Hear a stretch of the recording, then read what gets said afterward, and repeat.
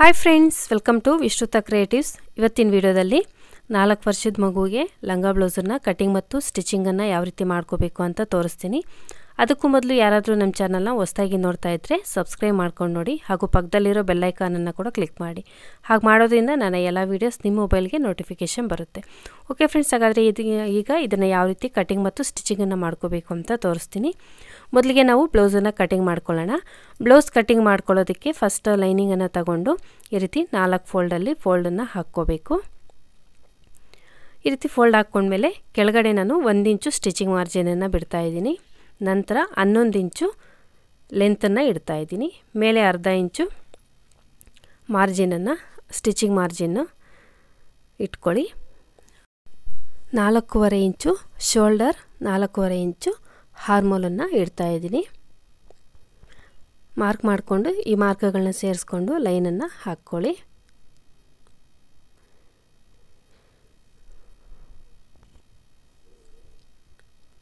ನಂತರ 6 ಇಂಚು ಎದೆ ಸುತ್ತಳತೆ ಇಡ್ತಾ ಇದ್ದೀನಿ. 1.5 ಇಂಚು ಮಾರ್ಜಿನನ್ನು ಇಟ್ಕೊಳ್ಳಿ. 6 ಇಂಚು ಅಂತಂದರೆ 24 ಇಂಚು ಎದೆ ಸುತ್ತಳತೆ ಇರುತ್ತೆ. ಅದರಲ್ಲಿ 4ನೇ ಭಾಗಕ್ಕೆ 6 ಇಂಚು ಇಡ್ತಾ ಇದ್ದೀನಿ.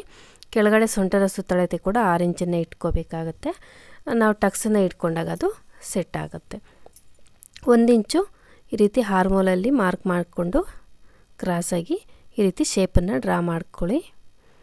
ಶೋಲ್ಡರ್ 4.5 ಇಟ್ಟಿದ್ವಲ್ಲ, ಅದರಲ್ಲಿ 2.5 ಶೋಲ್ಡರ್ ಇಟ್ಕೊಂಡು ಇನ್ನು 2 ಇಂಚು ನೆಕ್ ವಿಡ್ತನ್ನು ಇಡ್ತಾ ಇದ್ದೀನಿ. 3 ಇಂಚು ನೆಕ್ ಲೆಂತನ್ನು ಇಡ್ತಾ ಇದ್ದೀನಿ. ಹೀಗೆ ಇಟ್ಕೊಂಡು ಲೈನನ್ನು ಹಾಕ್ಕೊಳ್ಳಿ. ಇಲ್ಲಿ ನೋಡಿ ಒಂದು 1/4 ಇಂಚಷ್ಟು ಈ ರೀತಿ ಕ್ರಾಸಾಗಿ ಮಾರ್ಕ್ ಮಾಡ್ತಾ ಇದ್ದೀನಿ ನೆಕ್ಗೆ. ಸೊ ಹೀಗೆ ಮಾರ್ಕ್ ಮಾಡ್ಕೊಂಡ್ಮೇಲೆ ಈಗ ಇದನ್ನು ನಾವು ಎಕ್ಸ್ಟ್ರಾ ಇರೋದೆಲ್ಲ ಕೂಡ ಕಟ್ ಮಾಡ್ಕೊಳ್ಳೋಣ. ಮಾರ್ಕಿಂಗು ಎಲ್ಲಿರುತ್ತೋ ಅಲ್ಲಿಗೆ ಕರೆಕ್ಟಾಗಿ ಈ ರೀತಿ ಕಟಿಂಗನ್ನು ಮಾಡ್ಕೊಳ್ಳಿ. ಎಕ್ಸ್ಟ್ರಾಸ್ ಎಲ್ಲ ಕೂಡ ಹಾರ್ಮೋಲಲ್ಲೂ ಕೂಡ ಹಾಗೇ ಕಟ್ ಮಾಡ್ತಾ ಇದ್ದೀನಿ. ಹೀಗೆ ಕಟ್ ಮಾಡ್ಕೊಂಡ್ಮೇಲೆ ಈಗ ಇದರಲ್ಲಿ ಎರಡನ್ನೂ ಕೂಡ ಸಪ್ರೇಟ್ ಮಾಡ್ಕೊಳ್ಳೋಣ. ಅಂದರೆ ಫ್ರಂಟ್ ಪಾರ್ಟು ಬ್ಯಾಕ್ ಪಾರ್ಟ್ ಎರಡು ಕೂಡ ಇರುತ್ತಲ್ವ, ಅದನ್ನು ಸಪ್ರೇಟ್ ಮಾಡಿಕೊಂಡು ನೆಕ್ಕನ್ನು ಹಾಗೆಯೇ ಹಾರ್ಮೋಲಲ್ಲಿ ಫ್ರಂಟ್ ಪಾರ್ಟ್ಗೆ ಅರ್ಧ ಇಂಚು ಒಳಗಡೆಗೆ ಕಟ್ ಮಾಡ್ಕೊಳ್ಳಿ. ಮಾರ್ಕ್ ಮಾಡಿಕೊಂಡು ಕಟ್ ಮಾಡ್ಕೊಳ್ಳಿ. ನಾನು ಹಾಗೇ ಕಟ್ ಮಾಡ್ಕೊತಾ ಇದ್ದೀನಿ. ಸೊ ಹಾಗೆಯೇ ನೆಕ್ಕನ್ನು ಕೂಡ ಕಟ್ ಮಾಡ್ಕೊಳ್ಳೋಣ. ನೆಕ್ಸ್ಟು ಬ್ಯಾಕ್ ಪಾರ್ಟನ್ನು ತಗೊಂಡು ಇದರಲ್ಲೂ ಕೂಡ ನೆಕ್ಕನ್ನು ನಿಮ್ಗೆ ಯಾವ ಥರ ಬೇಕೋ ಆ ಥರ ಮಾರ್ಕ್ ಮಾಡಿಕೊಂಡು ನಾನು ರೌಂಡ್ ನೆಕ್ಕನ್ನು ಇಟ್ಕೊಂಡು ಕಟ್ ಮಾಡ್ತಾ ಇದ್ದೀನಿ. ಸೊ ಹೀಗೆ ಕಟ್ ಮಾಡ್ಕೊಂಡ್ಮೇಲೆ ಈಗ ಇದಕ್ಕೆ ನಾವು ಮೇನ್ ಕ್ಲಾತನ್ನು ತಗೊಂಡು ಕಟ್ ಮಾಡ್ಕೊಳ್ಳೋಣ.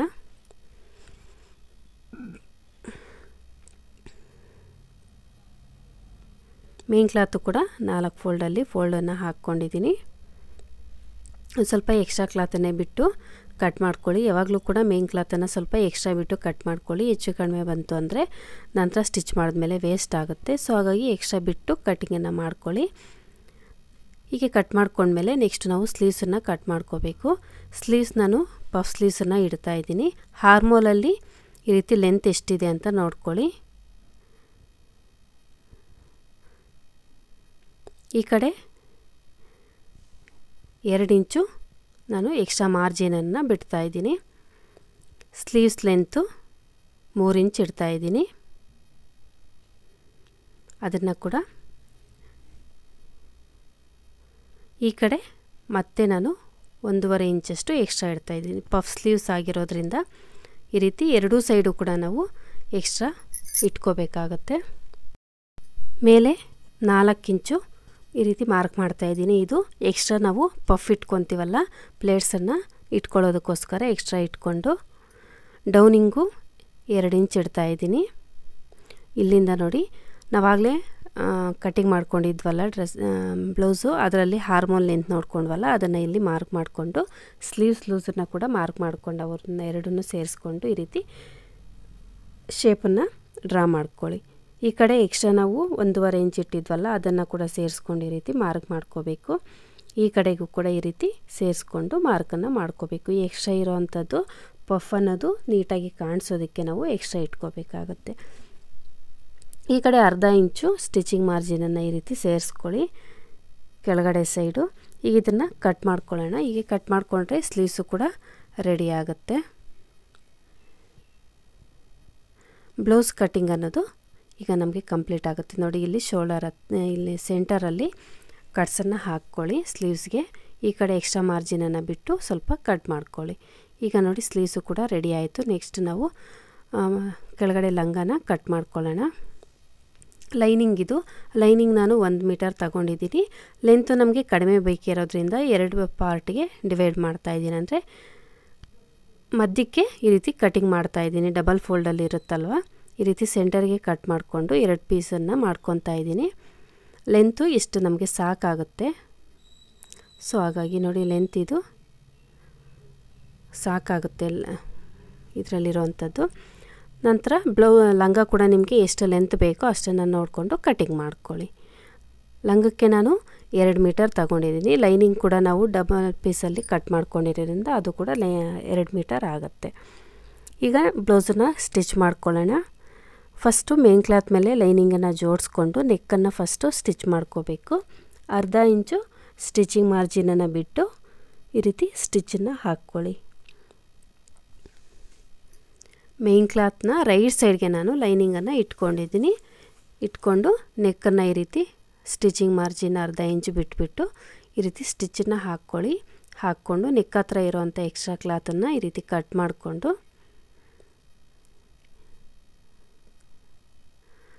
ಇಲ್ಲಿ ಕಟ್ಸನ್ನು ಹಾಕ್ಕೋಬೇಕು. ಹಾಕ್ಕೊಂಡು ಈಗ ಇದನ್ನು ಬ್ಯಾಕ್ ಸೈಡ್ಗೆ ಟರ್ನ್ ಮಾಡಿಕೊಂಡು ಈಗ ಅದ್ರ ಮೇಲೆ ಮತ್ತೆ ಇನ್ನೂ ಒಂದು ಸ್ಟಿಚ್ಚನ್ನು ಹಾಕ್ಕೋಬೇಕು. ಇದು ಫ್ರಂಟ್ ಪಾರ್ಟು.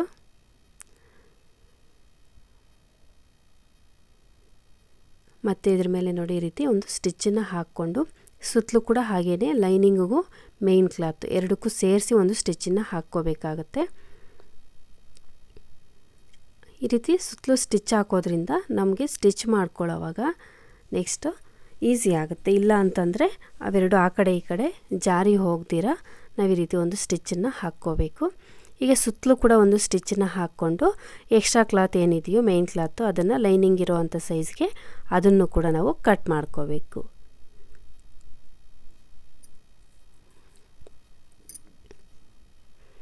ಈ ರೀತಿ ಸುತ್ತಲೂ ಕೂಡ ಒಂದು ಸ್ಟಿಚ್ಚನ್ನು ಹಾಕ್ಕೊಂಡು ಎಕ್ಸ್ಟ್ರಾ ಕ್ಲಾತನ್ನು ಕಟ್ ಮಾಡ್ಕೊಳ್ಳೋಣ.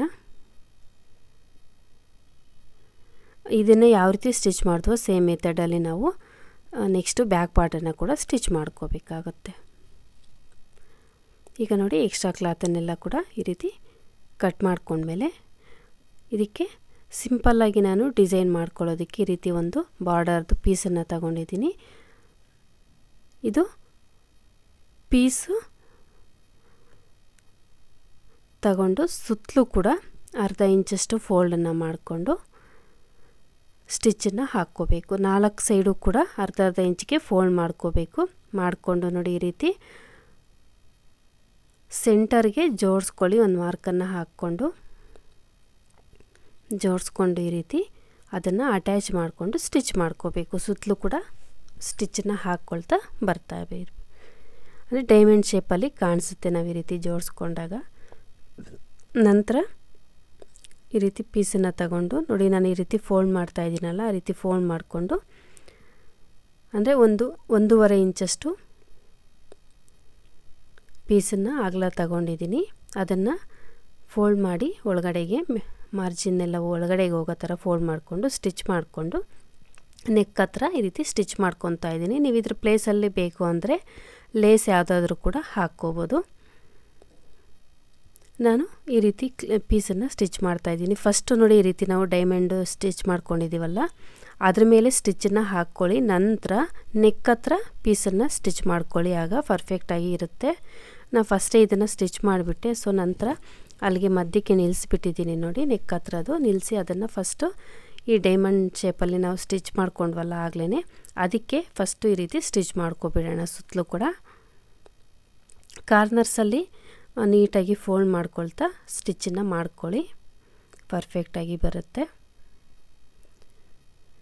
ಫಸ್ಟ್ ಒಂದು ಸೈಡ್ ಎಡ್ಜಿಗೆ ನಾವು ಈ ರೀತಿ ಸ್ಟಿಚ್ಚನ್ನು ಹಾಕ್ಕೊಂಡ್ಮೇಲೆ ನೆಕ್ಸ್ಟ್ ಅದರ ಪಕ್ಕದಲ್ಲೇ ಮತ್ತೆ ಇನ್ನೊಂದು ಸೈಡ್ ಎಡ್ಜಿಗೆ ಸ್ಟಿಚ್ಚನ್ನು ಹಾಕ್ಕೋಬೇಕು. ಈ ರೀತಿ ಸ್ಟಿಚ್ಚನ್ನು ಹಾಕ್ಕೊತಾ ಇದ್ದೀನಿ. ಈ ರೀತಿ ಏನಾದರೂ ಡಿಸೈನ್ಸು ಆ ಥರದ್ದು ಹೊಲಿಯುವಾಗ ನೆಕ್ಕನ್ನು ಹೊಲಿಯುವಾಗ ಸ್ವಲ್ಪ ಸ್ಲೋ ಆಗಿಯೇ ಸ್ಟಿಚ್ ಮಾಡ್ಕೊಳ್ಳಿ, ಫಿನಿಶಿಂಗ್ ಅನ್ನೋದು ಚೆನ್ನಾಗಿ ಬರುತ್ತೆ. ಈಗ ನೋಡಿ ಅದರ ಪಕ್ಕದಲ್ಲೇ ಮತ್ತೆ ಇನ್ನೂ ಒಂದು ಸ್ಟಿಚ್ಚನ್ನು ಕೂಡ ಹಾಕ್ಕೊಬಂದುಬಿಡ್ತೀನಿ. ಹೊಸದಾಗಿ ಕಲಿತಾ ಇರೋವಂಥವ್ರಾದರೆ ಸ್ವಲ್ಪ ಸ್ಲೋ ಆಗಿಯೇ ಸ್ಟಿಚ್ ಮಾಡ್ಕೊಳ್ಳಿ, ನಿಮಗೂ ಕೂಡ ಪರ್ಫೆಕ್ಟಾಗಿ ಡಿಸೈನ್ಸ್ ಆದರೂ ಕೂಡ ಚೆನ್ನಾಗಿ ಬರುತ್ತೆ. ಈಗ ನೆಕ್ ಹತ್ರ ಮತ್ತೆ ಇನ್ನೊಂದು ಪೀಸನ್ನು ತಗೊಂಡು ಈ ರೀತಿ ಸ್ಟಿಚ್ ಮಾಡ್ಕೊತಾ ಇದ್ದೀನಿ. ಅದನ್ನು ಕೂಡ ಎರಡು ಸೈಡು ಕೂಡ ನಾವು ಸ್ಟಿಚ್ ಮಾಡ್ಕೋಬೇಕು, ಒಂದು ಸೈಡು ಸ್ಟಿಚ್ ಹಾಕಿ ಬಿಡಬಾರ್ದು.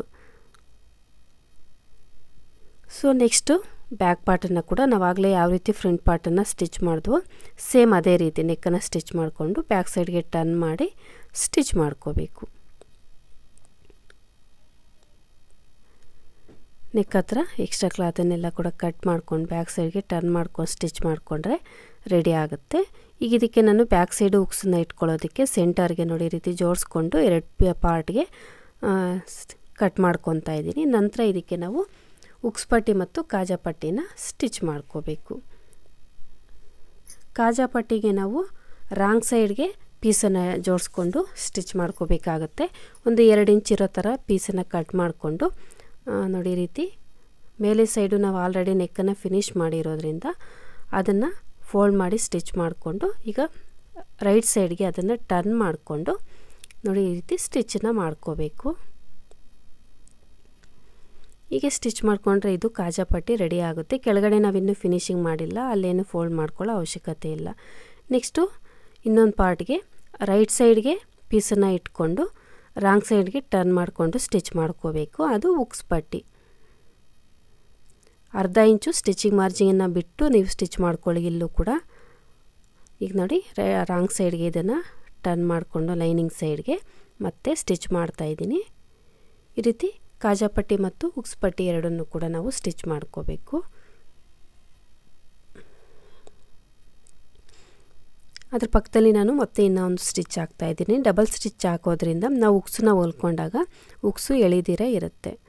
ಈಗ ನೋಡಿ ಎರಡನ್ನೂ ಸ್ಟಿಚ್ ಮಾಡ್ಕೊಂಡಿದ್ದಾಯಿತು, ಬ್ಯಾಕ್ ಪಾರ್ಟು ಫ್ರಂಟ್ ಪಾರ್ಟು. ಈಗ ಶೋಲ್ಡರ್ನ ಜಾಯಿನ್ ಮಾಡ್ಕೊಳ್ಳೋಣ. ಇಲ್ಲಿ ಕೂಡ ಅರ್ಧ ಇಂಚು ಸ್ಟಿಚಿಂಗ್ ಮಾರ್ಜಿನನ್ನು ಬಿಟ್ಟು ಡಬಲ್ ಸ್ಟಿಚ್ಚನ್ನು ಹಾಕ್ಕೊಳ್ಳಿ. ಕಂಪಲ್ಸರಿ ನಾವು ಡಬಲ್ ಸ್ಟಿಚ್ಚನ್ನು ಹಾಕ್ಕೋಬೇಕು. ಈ ರೀತಿ ಸ್ಟಿಚ್ಚನ್ನು ಮಾಡ್ಕೊಂಡ್ಮೇಲೆ ನೆಕ್ಸ್ಟ್ ನಾವು ಸ್ಲೀವ್ಸನ್ನು ಅಟ್ಯಾಚ್ ಮಾಡ್ಕೋಬೇಕು. ಸ್ಲೀವ್ಸನ್ನು ಕೂಡ ಸ್ಟಿಚ್ ಮಾಡಿಕೊಂಡು ಈಗ ಅಟ್ಯಾಚ್ ಮಾಡ್ಕೊಳ್ಳೋಣ.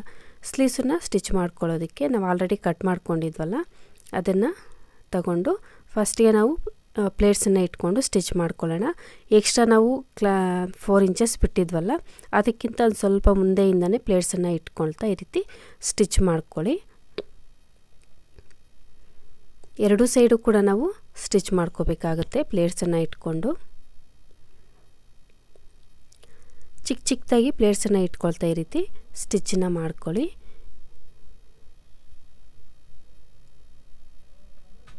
ಈಗ ಇನ್ನೊಂದು ಸೈಡು ಕೂಡ ಅದೇ ರೀತಿಯೇ ಸ್ಟಿಚ್ ಮಾಡ್ಕೋಬೇಕು. ಈ ರೀತಿ ಎರಡೂ ಸೈಡಿಂದ ಕೂಡ ಸ್ಟಿಚ್ಚನ್ನು ಹಾಕ್ಕೊಳ್ಳಿ.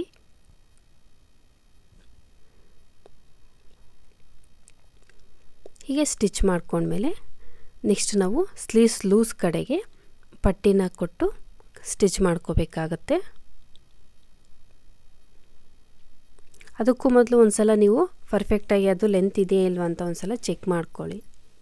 ಈಗ ನೋಡಿ ಇನ್ನೊಂದು ಪೀಸನ್ನು ತಗೊಂಡು ನಾನು ಪಟ್ಟಿಯನ್ನು ಕಟ್ಟೋದಕ್ಕೆ ಅಟ್ಯಾಚ್ ಮಾಡ್ಕೊತಾ ಇದ್ದೀನಿ. ಈ ರೀತಿ ಪೀಸನ್ನು ಅಟ್ಯಾಚ್ ಮಾಡಿಕೊಂಡು ನಂತರ ಇದನ್ನು ಈ ರೀತಿ ಬ್ಯಾಕ್ ಸೈಡ್ಗೆ ಟರ್ನ್ ಮಾಡಿ ಸ್ಟಿಚ್ ಮಾಡ್ಕೋಬೇಕು. ಅದು ಕೂಡ ಪಟ್ಟಿ ಥರ ಕಾಣಿಸೋ ಥರ ಇಟ್ಕೊಳ್ಳಿ, ಚೆನ್ನಾಗಿ ಕಾಣಿಸುತ್ತೆ. ಫುಲ್ ಬ್ಯಾಕ್ ಸೈಡ್ಗೆ ಟರ್ನ್ ಮಾಡ್ತೀರಾ. ಈ ರೀತಿ ಸ್ಟಿಚ್ ಮಾಡ್ಕೊಂಡ್ಮೇಲೆ ಈಗ ನಾವು ಸ್ಲೀವ್ಸನ್ನು ಅಟ್ಯಾಚ್ ಮಾಡ್ಕೊಳ್ಳೋಣ. ಶೋಲ್ಡರ್ ಸೆಂಟರಿಂದ ನಾನು ಈ ರೀತಿ ಸ್ಲೀವ್ಸನ್ನು ಅಟ್ಯಾಚ್ ಮಾಡ್ತಾ ಇದ್ದೀನಿ.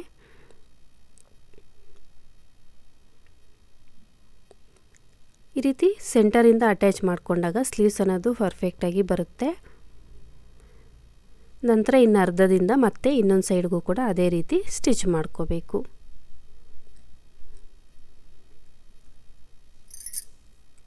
ಇದೇ ರೀತಿ ಇನ್ನೂ ಒಂದು ಸ್ಲೀವ್ಸನ್ನು ಕೂಡ ಅಟ್ಯಾಚ್ ಮಾಡ್ಕೋಬೇಕು. ಎರಡೂ ಸ್ಲೀವ್ಸನ್ನು ಕೂಡ ಇದೇ ರೀತಿಯೇ ಅಟ್ಯಾಚ್ ಮಾಡಿಕೊಂಡು ಡಬಲ್ ಸ್ಟಿಚ್ಚನ್ನು ಹಾಕ್ಕೋಬೇಕು. ಇಲ್ಲಿ ಕೂಡ ಸಿಂಗಲ್ ಸ್ಟಿಚ್ಚನ್ನು ಹಾಕಿ ಬಿಡಬಾರ್ದು. ಸ್ಲೀವ್ಸನ್ನು ಕೂಡ ಅಟ್ಯಾಚ್ ಮಾಡ್ಕೊಳ್ಳೋವಾಗ ಡಬಲ್ ಸ್ಟಿಚ್ಚನ್ನು ಹಾಕ್ಕೋಬೇಕು. ಹೀಗೆ ಸ್ಟಿಚ್ ಮಾಡ್ಕೊಂಡ್ಮೇಲೆ ನೋಡಿ ಈಗ ಕೆಳಗಡೆ ಸೈಡು ನಾವು 1 ಇಂಚು ಸ್ಟಿಚಿಂಗ್ ಮಾರ್ಜಿನ್ ಬಿಟ್ಟಿದ್ವಲ್ಲ ಅದನ್ನು ಡಬಲ್ ಫೋಲ್ಡ್ ಮಾಡಿಕೊಂಡು ಅರ್ಧ ಇಂಚಿಗೆ ಈ ರೀತಿ ಸ್ಟಿಚ್ ಮಾಡ್ತಾ ಇದ್ದೀನಿ. ಫ್ರಂಟ್ ಪಾರ್ಟು ಬ್ಯಾಕ್ ಪಾರ್ಟ್ ಎರಡಕ್ಕೂ ಕೂಡ ಇದೇ ರೀತಿಯೇ ಸ್ಟಿಚ್ ಮಾಡ್ಕೋಬೇಕು. ಈ ರೀತಿ ಸ್ಟಿಚ್ ಮಾಡ್ಕೊಂಡ್ಮೇಲೆ ಎರಡಕ್ಕೂ ಕೂಡ ನಾವು ಸೈಡ್ ಫಿಟ್ಟಿಂಗನ್ನು ಮಾಡ್ಕೊಳ್ಳೋಣ.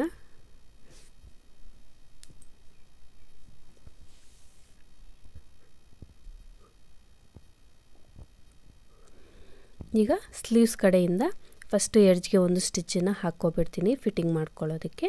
ನಂತರ ನಾವು ಸ್ಟಿಚಿಂಗ್ ಮಾರ್ಜಿನ್ 1.5 ಇಂಚ್ ಬಿಟ್ಟಿದ್ವಲ್ಲ ಅದನ್ನು ಬಿಟ್ಟು ಸ್ಟಿಚ್ ಮಾಡ್ಕೊಳ್ಳೋಣ. ನಂತರ ಅದರ ಪಕ್ಕದಲ್ಲಿ ಎಕ್ಸ್ಟ್ರಾ ಸ್ಟಿಚ್ಚು ಕೂಡ ಹಾಕ್ಕೊಳ್ಳಿ. 1 ಅಥವಾ 2 ಸ್ಟಿಚ್ಚನ್ನು ಎಕ್ಸ್ಟ್ರಾ ಹಾಕ್ಕೊಳ್ಳಿ.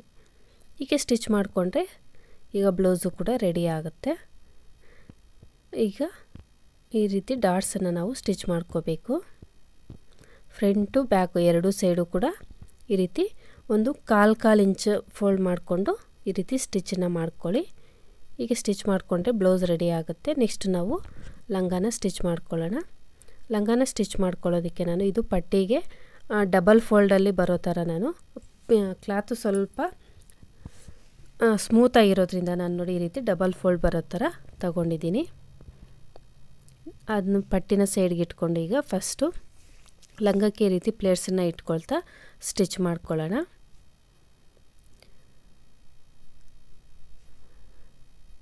ಪಟ್ಟಿ ಅಗಲ ಕೂಡ ಸೊಂಟದ ಸುತ್ತಳತೆ ಎಷ್ಟಿರುತ್ತೋ ಅದಕ್ಕಿಂತ ಒಂದು 4 ಇಂಚ್ ಎಕ್ಸ್ಟ್ರಾ ಇಟ್ಕೊಳ್ಳಿ. ಯಾರಿಗಾದರೂ ಮಕ್ಕಳಿಗಾದರೂ ದೊಡ್ಡವ್ರಿಗಾದರೂ ಕೂಡ ಸೊಂಟದ ಸುತ್ತಳತೆ ನಮ್ದು ಎಷ್ಟಿರುತ್ತೋ ಅದಕ್ಕಿಂತ ಒಂದು 4 ಇಂಚು, ಮಕ್ಕಳಿಗಾದರೆ 4 ಇಂಚ್ ಇಟ್ಕೊಳ್ಳಿ, ದೊಡ್ಡವ್ರಿಗಾದರೆ ಇನ್ನೊಂದು 5 ಅಥವಾ 6 ಇಂಚ್ವರೆಗೂ ಎಕ್ಸ್ಟ್ರಾ ಇಟ್ಕೋಬೋದು. ಫಸ್ಟು ನಾನು ಕ್ಲಾತನ್ನು ತಗೊಂಡು ಬಾಟಮ್ದು ಪ್ಲೇಟ್ಸನ್ನು ಇಟ್ಕೊಳ್ತಾ ಮೊದಲಿಗೆ ಈ ರೀತಿ ಸ್ಟಿಚ್ ಮಾಡ್ಕೊಬಿಡ್ತೀನಿ. ನಂತರ ಈಗ ಇದಕ್ಕೆ ನಾವು ಪಟ್ಟಿನ ಅಟ್ಯಾಚ್ ಮಾಡ್ಕೊಳ್ಳೋಣ. ಪಟ್ಟಿನ ಕೂಡ ಈ ರೀತಿ ಜೋಡಿಸ್ಕೊಂಡು ಅಟ್ಯಾಚ್ ಮಾಡ್ಕೊಬಿಡ್ತೀನಿ. ನೀವು ಡೈರೆಕ್ಟಾಗಿ ಬೇಕು ಅಂದರೆ ಪಟ್ಟಿನ ಇಟ್ಕೊಂಡು ಅದ್ರ ಮೇಲೇ ಪ್ಲೇಟ್ಸ್ ಇಟ್ಕೊಳ್ತಾ ಸ್ಟಿಚ್ ಮಾಡ್ಕೋಬೋದು. ಹೊಸದಾಗಿ ಕಲಿತಾ ಇರೋರಾದರೆ ನಿಧಾನಕ್ಕೆ ಪಟ್ಟಿನ ಇನ್ನೊಂದು ಸಲಗೆ ಅಟ್ಯಾಚ್ ಮಾಡ್ಕೋಬೋದು. ಈ ರೀತಿ ಅಟ್ಯಾಚ್ ಮಾಡ್ಕೊಂಡ್ಮೇಲೆ ನೆಕ್ಸ್ಟ್ ನಾವು ಲೈನಿಂಗ್ ಕೂಡ ಕಟ್ ಮಾಡ್ಕೊಂಡಿದ್ದೀವಲ್ಲ ಅದು ಕೂಡ 2 ಪೀಸ್ ಮಾಡ್ಕೊಂಡಿದ್ವಲ್ಲ ಅದನ್ನು ಫಸ್ಟು ಅಟ್ಯಾಚ್ ಮಾಡ್ಕೊಳ್ಳೋಣ ಒಂದಕ್ಕೊಂದು. ಅದಕ್ಕೂ ಕೂಡ ನೋಡಿ ಡಬಲ್ ಸ್ಟಿಚ್ಚನ್ನು ಈ ರೀತಿ ಹಾಕ್ಕೋಬೇಕು. ಈ ರೀತಿ ಸ್ಟಿಚ್ ಮಾಡ್ಕೊಂಡ್ಮೇಲೆ ಈಗ ಇದನ್ನು ಕೂಡ ಈ ರೀತಿ ಅಟ್ಯಾಚ್ ಮಾಡಿಕೊಂಡು ಅದನ್ನು ಪ್ಲೇಟ್ಸ್ ಇಟ್ಕೊಳ್ತಾ ಈ ರೀತಿ ಸ್ಟಿಚ್ ಮಾಡ್ಕೊಳ್ಳಿ. ಲೈನಿಂಗನ್ನು ಕೂಡ ಹೀಗೆ ಲೈನಿಂಗನ್ನು ಕೂಡ ಪ್ಲೇಟ್ಸನ್ನು ಇಟ್ಕೊಳ್ತಾ ಅಟ್ಯಾಚ್ ಮಾಡ್ಕೊಂಡ್ಮೇಲೆ ಫಿಟ್ಟಿಂಗನ್ನು ಮಾಡ್ಕೊಳ್ಳೋಣ. ಇದು ಕೂಡ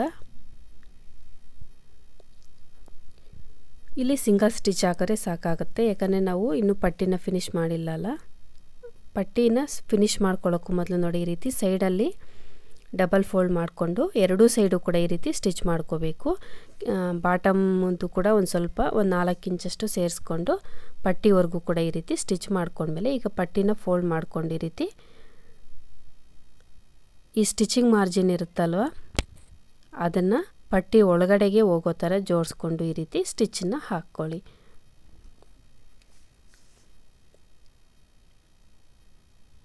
ಇಲ್ಲಿ ಕೂಡ ಡಬಲ್ ಸ್ಟಿಚ್ಚನ್ನು ಹಾಕ್ಕೊತೀನಿ. ಈಗ ಒಂದು ಸಲ ಸ್ಟಿಚ್ ಹಾಕಿದ್ಮೇಲೆ ಈಗ ಅದರ ಪಕ್ಕದಲ್ಲೇ ಇನ್ನೊಂದು ಸ್ಟಿಚ್ಚನ್ನು ಕೂಡ ಹಾಕ್ಕೊಳ್ಳಿ. ನಂತರ ಈಗ ಸೈಡ್ ಫಿಟ್ಟಿಂಗನ್ನು ಮಾಡ್ಕೊಳ್ಳೋಣ. ಬಾಟಮ್ದು ಒಂದು 3 ಇಂಚಷ್ಟು ಎಕ್ಸ್ಟ್ರಾ ಬಿಟ್ಬಿಟ್ಟು ಅಲ್ಲಿಂದ ಸ್ಟಾರ್ಟ್ ಮಾಡಿಕೊಂಡು ಈ ರೀತಿ ಸ್ಟಿಚ್ಚನ್ನು ಹಾಕ್ಕೊಳ್ಳಿ. ಇಲ್ಲಿ ಕೂಡ ಇನ್ನೂ ಒಂದು ಸ್ಟಿಚ್ಚನ್ನ ಕೂಡ ಹಾಕ್ಕೊಳ್ಳಿ. ಒಂದು ಸ್ಟಿಚ್ ಹಾಕಿ ಬಿಡಬಾರ್ದು. ಹೀಗೆ ಸ್ಟಿಚ್ ಮಾಡಿಕೊಂಡ್ರೆ ಇದು ಸ್ಟಿಚಿಂಗ್ ಅನ್ನೋದು ಕಂಪ್ಲೀಟ್ ಆಗುತ್ತೆ. ಈಗ ಇದು ಯಾವ ರೀತಿ ಕಾಣಿಸುತ್ತೆ ಅನ್ನೋದನ್ನು ಕೂಡ ನಾನು ತೋರಿಸ್ತೀನಿ. ಸ್ಟಿಚಿಂಗು ಕಂಪ್ಲೀಟ್ ಆದಮೇಲೆ ನೋಡಿ ಈ ರೀತಿ ಕಾಣಿಸ್ತಾ ಇದೆ. ತುಂಬ ಅಂದರೆ ತುಂಬಾ ಚೆನ್ನಾಗಿ ಬಂದಿದೆ ಲಂಗ ಬ್ಲೌಸು. ಕಲರ್ ಕಾಂಬಿನೇಷನ್ನು ಕೂಡ ತುಂಬ ಚೆನ್ನಾಗಿತ್ತು. ನೀವು ಕೂಡ ಈ ರೀತಿ ಟ್ರೈ ಮಾಡಿ ಈಸಿಯಾಗಿ ನೀವು ಲಂಗ ಬ್ಲೌಸನ್ನು ಮನೆಯಲ್ಲೇ ಈ ರೀತಿ ಸ್ಟಿಚಿಂಗ್ ಮಾಡ್ಕೋಬೋದು. ಓಕೆ ಫ್ರೆಂಡ್ಸ್, ಈ ವಿಡಿಯೋ ನಿಮ್ಗೆ ಇಷ್ಟ ಆದರೆ ಲೈಕ್ ಮಾಡಿ, ಶೇರ್ ಮಾಡಿ, ಹಾಗೂ ಯಾರಾದರೂ ಹೊಸದಾಗಿ ನೋಡ್ತಾ ಇದ್ದರೆ ನನ್ನ ಚಾನಲ್ನ ಸಬ್ಸ್ಕ್ರೈಬ್ ಮಾಡ್ಕೊಂಡು ನೋಡಿ. ನೆಕ್ಸ್ಟ್ ವಿಡಿಯೋದಲ್ಲಿ ಮತ್ತೆ ಸಿಗ್ತೀನಿ. ಬಾಯ್.